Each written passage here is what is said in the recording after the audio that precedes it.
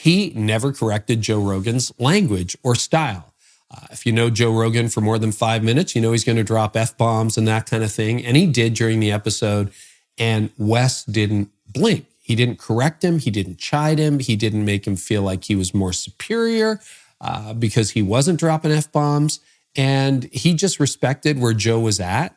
And he respected his knowledge and research. Welcome to the Carey Nieuwhof Leadership Podcast on YouTube. I'm so glad you joined us. If you're new here, make sure you subscribe. You will never miss an episode. And today, I'm going to deconstruct Wesley Huff's performance. He's an apologist, young apologist from Canada who debated Billy Carson, did really well. And then that got him an appearance on Joe Rogan. And I think what he gives us in about 6 hours of content is a masterclass on how to do apologetics well. We're going to break it down. I want to share 4 things in particular he did well, and then 5 takeaways for you and me.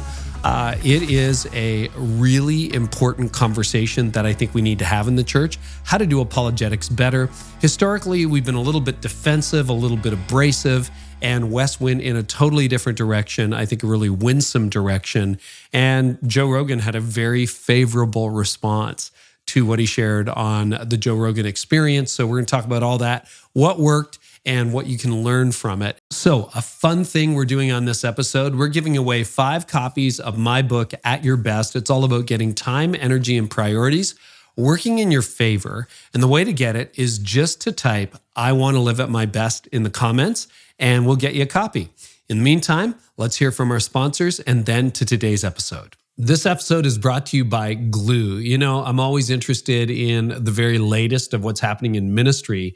And that's why I've got Brad Hill on from Glue. And Brad, there's a pretty cool initiative happening with State of the Church. Can you tell us a little bit about it? Yeah, I would say to any pastor or leader, Carey, this is the question. If you really knew the health of your people and your church, how would that change things like your programs, your preaching, your staff, or your budgets? I mean, these are all the decisions we make day to day, right? So this is the idea behind the State of the Church 2025. We've got fresh research from Barna, a lot of stories from pastors coming in who now they can see where their church is thriving and their people are flourishing. And we've got a big event coming up on March 12th that is open to every single leader listening, where we want to launch this and get it in the hands of as many churches as possible. There's free tools that'll be released, and those are all designed for you to see the state of your church. So you're going to want to see this in person and then make plans to take advantage of it in your own church.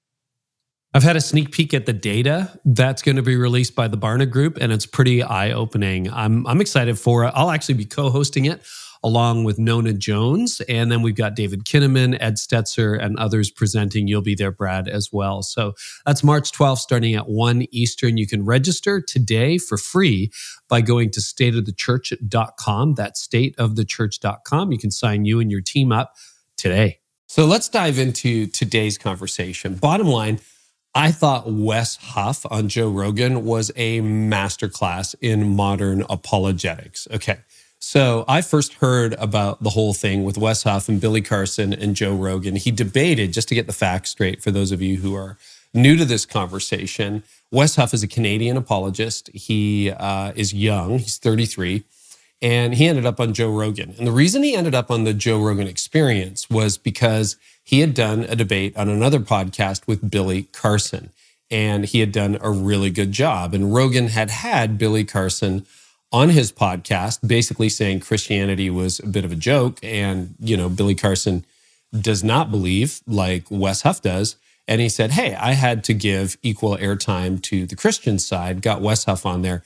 And I was blown away by what Wes did. So my phone had blown up like it hadn't blown up in a long time about another podcast episode with people asking me if I knew Wesley Huff and whether I'd seen the Billy Carson Wes Huff debate or Rogan. And I'm like, no, I have not seen this. So after about 10 or 15 texts, you know, over a few days, I'm like, okay, I got to go and investigate. So the first thing I'll say is, you know, because everybody knows one Canadian me. And then they're like, hey, do you know this other guy? And I'm like, probably not. Then I looked, I thought he looks really familiar. It actually turns out I do know Wes Huff. We have met. He was best man at my niece's wedding about a decade ago.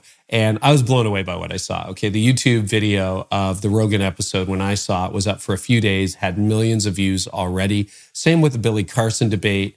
And personally, I just think that Wes crushed it. He did so well. And you and me should be taking notes. So I think, when you think about the opportunity, a Christian rarely gets an opportunity to be on the biggest podcast in the world to talk about his or her faith. When you end up having that opportunity, as Wes did, you end up reaching a young, often male audience that's usually pretty skeptical of religious content. Joe Rogan obviously is open spiritually. You can tell that if you look at the conversation, if you watch it, if you listen. But typically his audience is not, all right? They're kind of skeptical of religious content. I thought Wes also demonstrated how to engage secular spaces really effectively. So as we kind of pull away lessons, what I want to do is I want to drill down on 3 major things that Wes got right, and then look at 4 takeaways for you, me, and modern apologetics. All right, so what did Wes actually get right? Well, if there's one principle that underscores everything I'm going to share with you, it's this. Wes won hearts by humbly engaging minds. He won people's heart. I think he won Joe Rogan's heart.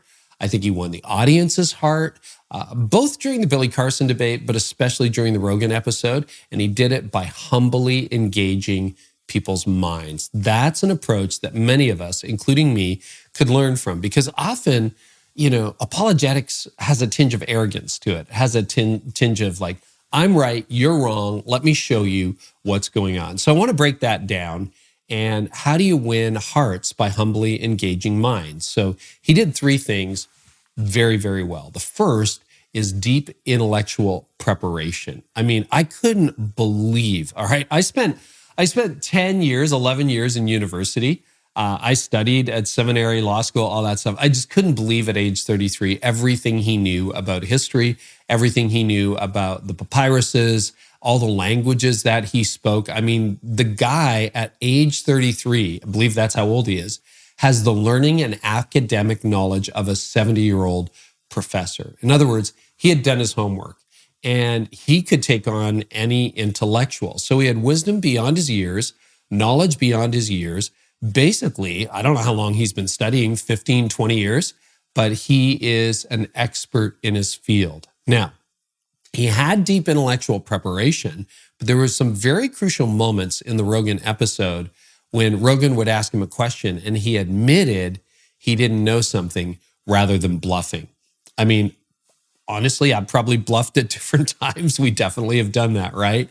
When you have that moment, it was sort of like Joseph standing before Pharaoh going, I can't interpret that dream, but I know a God who can. It's that kind of humility that really showed out. And he did that numerous times in the conversation where he admitted he didn't know something rather than just bluffing.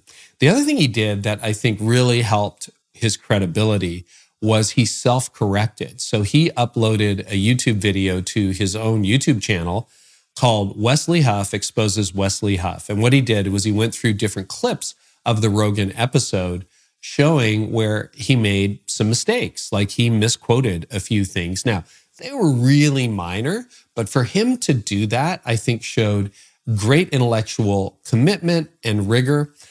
Another thing that I thought he did really well in his preparation, and this, again, wasn't just prep for the interview. This is how he approaches his craft. He's a historian. He's working on his doctorate. But he had a deep knowledge of both Christian and opposing viewpoints, right? When I was in law, one of the best strategies you could have is you have to understand your case, but you also have to understand your opponent's case, hopefully better than your opponent does. And you have to understand what the judge needs in order for the judge to rule in your favor. If you can do that, you're going to win some cases. And that's what Wes did really well. He knew his case, but he also knew what the opposing side was thinking, and he could empathize, anticipate, and then come back with another viewpoint.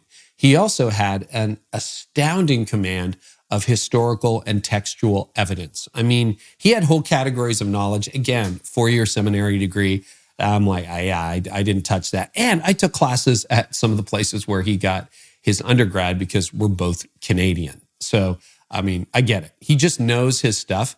And if you're going to go up against other people, particularly in a public sphere, you should really have prepared. You should be ready, right?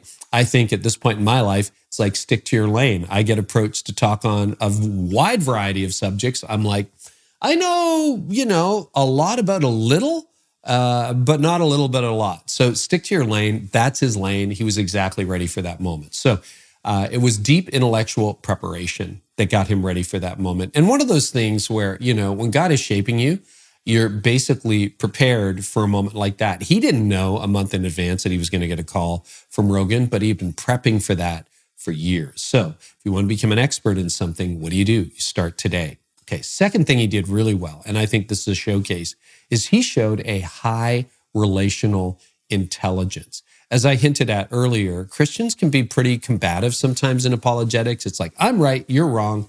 He didn't give off that vibe at all. He had a very non-combative approach in his response with Billy Carson. So if you go back to the debate that actually got him on Rogan, he got interrupted a lot. He had internet issues with that, but the host and Billy Carson kept interrupting him, kind of insulted him from time to time. He was just non-combative. He would just come back to the facts. Now, on the Rogan Show, he never corrected Joe Rogan's language or style. If you know Joe Rogan for more than 5 minutes, he's going to drop F-bombs and that kind of thing. And he did during the episode, and Wes didn't blink. He didn't correct him. He didn't chide him. He didn't make him feel like he was more superior because he wasn't dropping F-bombs. And he just respected where Joe was at, and he respected his knowledge and research. And I think that is a really good approach.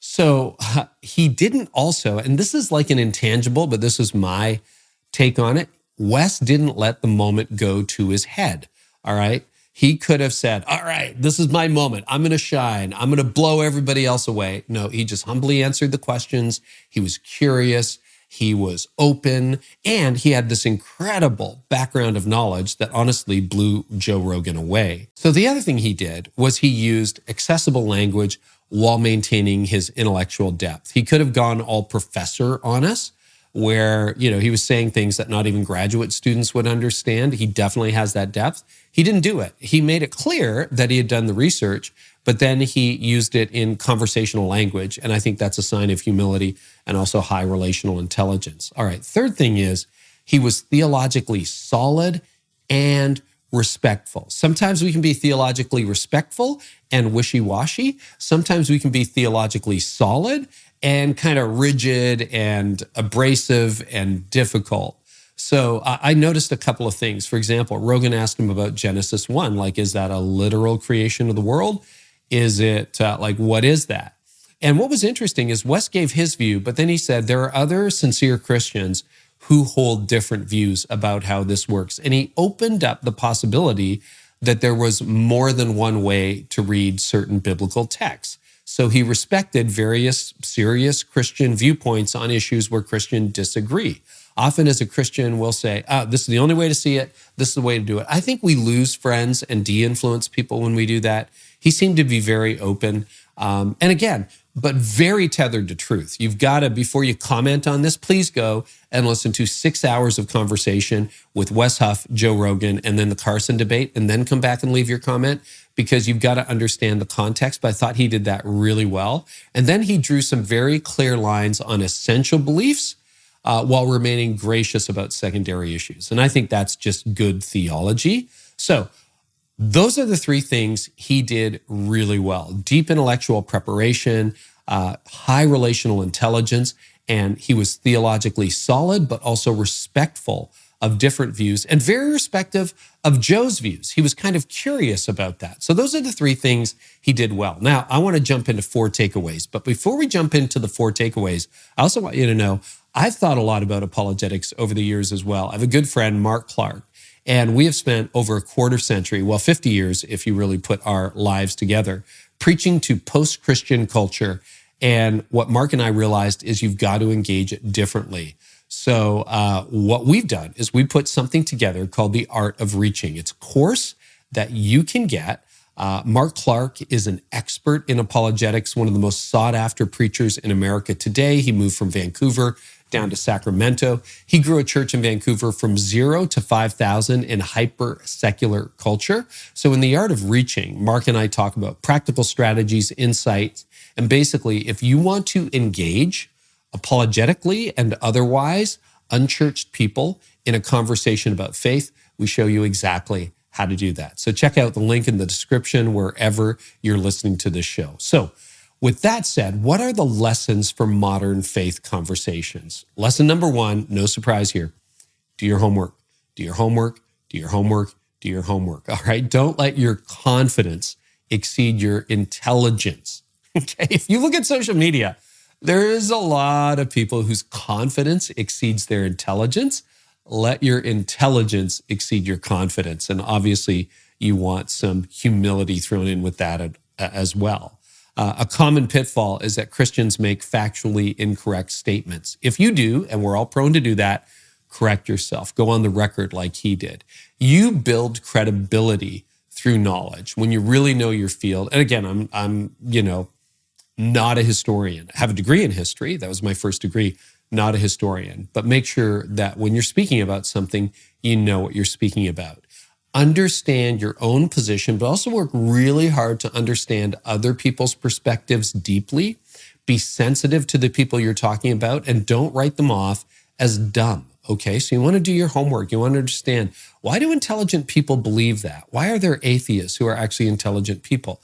And that will show when you do your homework. And then you want to stay current with scholarships and cultural conversations. And of course, a part of that is admitting when you don't know. There were numerous times on the Rogan episode where Wes simply said, I really don't know, but that's a great question. That's an excellent approach. Don't outpunt your coverage intellectually. Second thing you can do is hone your relational skills.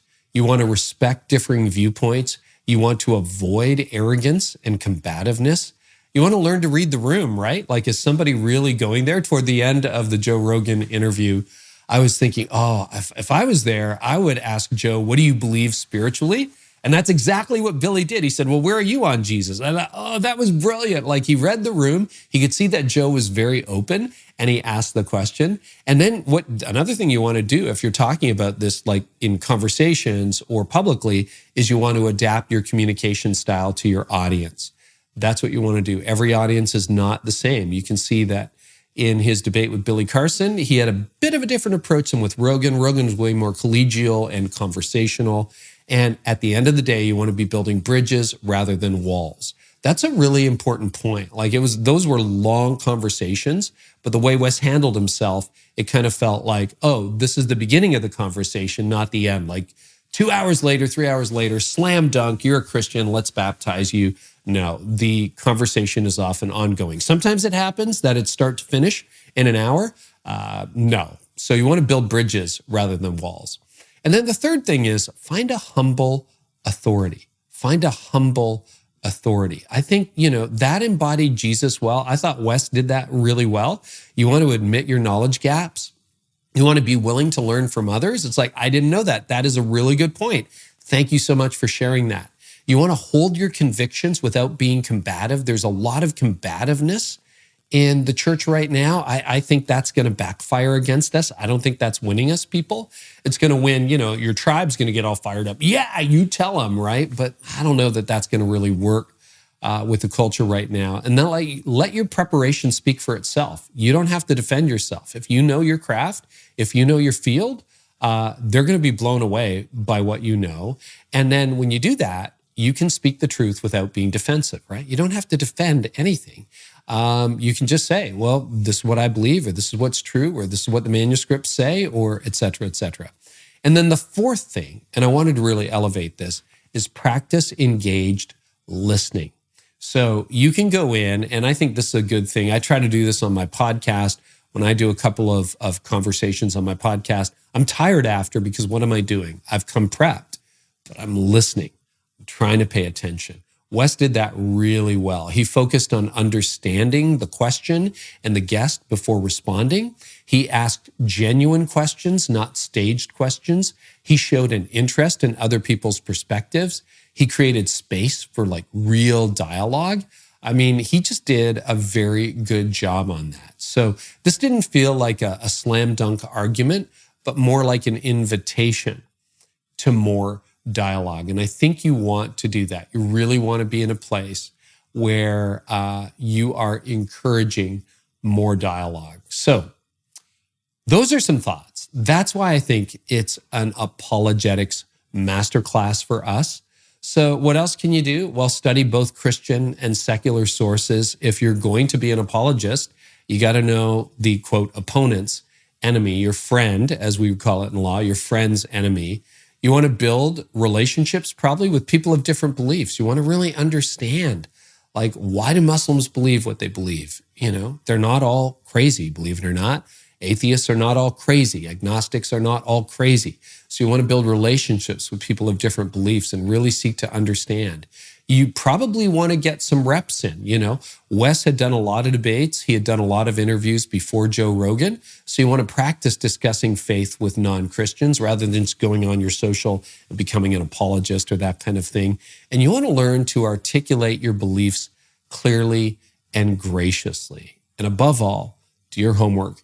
Be an expert, become an expert, and speak out of your expertise. Even if it's a very narrow lane, which mine is, just admit it. I got a real narrow lane. So as Christians, you know, we got to raise our game intellectually, and we also have to raise it relationally. So I hope this has helped. Remember, you have an opportunity to check out my Art of Reaching course. Just click the link wherever you're watching or listening to this podcast. And as I mentioned earlier, we can all get better at sharing our faith. I think we got a masterclass in apologetics, and this is an opportunity to learn and to grow from it.